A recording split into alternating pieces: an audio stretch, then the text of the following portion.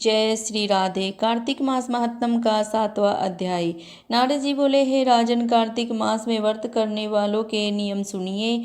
यह मैं आपको संक्षेप में बतलाता हूँ। जो मनुष्य कार्तिक मास का व्रत करता हो वह सब तरह के आमिष, मांस, उर्द, राई, खटाई और मादक वस्तुओं का प्रयोग न करे। यह व्रत करने वाले दूसरे का अन्न न ग्रहण करें, किसी से द्वेष न करें तथा तीर्थ के अतिरिक्त अन्य कोई यात्रा न करें। देवता, वेद, ब्राह्मण, गौ, वर्ती, नारी, राजा और गुरुजनों की निंदा न करें। यह व्रत करने वाला दाल, तिल, पकवान व क्रय क्रिया हुआ भोजन ग्रहण करे। चुगली, निंदा न करें। बकरी, गाय तथा भैंस के अतिरिक्त अन्य किसी पशु का दूध कभी भी प्रयोग में न लावें। तांबे के बर्तन में रखा हुआ पंचगव्य, बहुत छोटे घड़े का पानी एवं केवल अपने लिए ही पका हुआ अन्न प्रयोग करें। कार्तिक मास के व्रती सदा ब्रह्मचर्य में रहें, पृथ्वी पर सोएं और दिन के चौथे पहर में केवल एक बार पत्तल में भोजन करें। वह केवल नरक चतुर्दशी को तेल लगा सकता है, अन्य तिथियों में बिल्कुल नहीं। कार्तिक मास को व्रती मनुष्य सिंघाड़ा, प्याज, मट्ठा, गाजर, मूली, इन सभी वस्तुओं को बिल्कुल प्रयोग में न लाए। लौकी, मट्ठा, काशी फल, तरबूज, इन सब वस्तुओं का कार्तिक मास का व्रती बिल्कुल सेवन न करें। मासिक धर्म वाली स्त्री से, चांडाल, पापी, ब्राह्मण, द्रोही और नास्तिकों से बिल्कुल बातचीत न करें। भगवान विष्णु को प्रसन्न करने के लिए अपनी शक्ति के अनुसार चंद्रायण आदि का व्रत करें और उपयुक्त नियमों का पालन करें।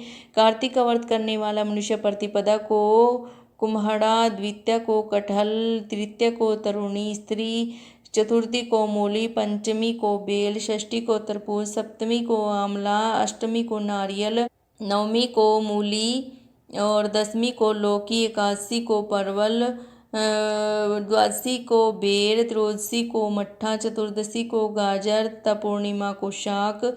यह वस्तु प्रयोग न करें। आंवला का प्रयोग रविवार को न करें। व्रती यदि इन शाकों में से कोई शाक सेवन करना चाहे तो पहले ब्राह्मण को देकर खाए।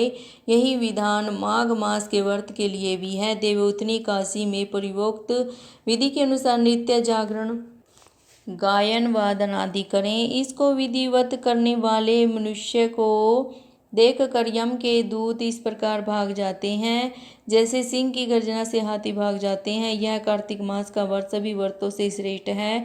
इसके अतिरिक्त जितने भी व्रत यज्ञ हैं वह 1000 की संख्या में किए जाने पर इसकी तुलना नहीं कर सकते, क्योंकि यज्ञ करने वाले मनुष्य तो केवल स्वर्ग में ही जाते हैं, किंतु कार्तिक मास में व्रत करने वाले प्राणी सीधा बैकुंठ को जाते हैं। जिस प्रकार राजा की रक्षा उसके अंगरक्षक करते हैं, उसी तरह कार्तिक मास का व्रत करने वाले की रक्षा भगवान विष्णु की आज्ञा से इंद्र आदि देवता करते हैं। कार्तिक मास का व्रत करने वाला मनुष्य जहाँ कहीं भी रहता है वहीं पर उसकी पूजा होती है, उसका यश होता है। उस स्थान पर जहाँ की वह रहता है उसका यश होता है। उस स्थान पर जहाँ भी वह रहता है भूत पिशाच आदि कोई भी नहीं रहने पाता। मनुष्य के पुण्यों का वर्णन श्री ब्रह्मा जी भी नहीं कर सकते। यह वर संपूर्ण पापों का नाश करने वाला, पुत्र पौत्र और धन धान्य को बढ़ाने वाला है। बोलो जय श्री राधे, जय श्री कृष्ण जी की।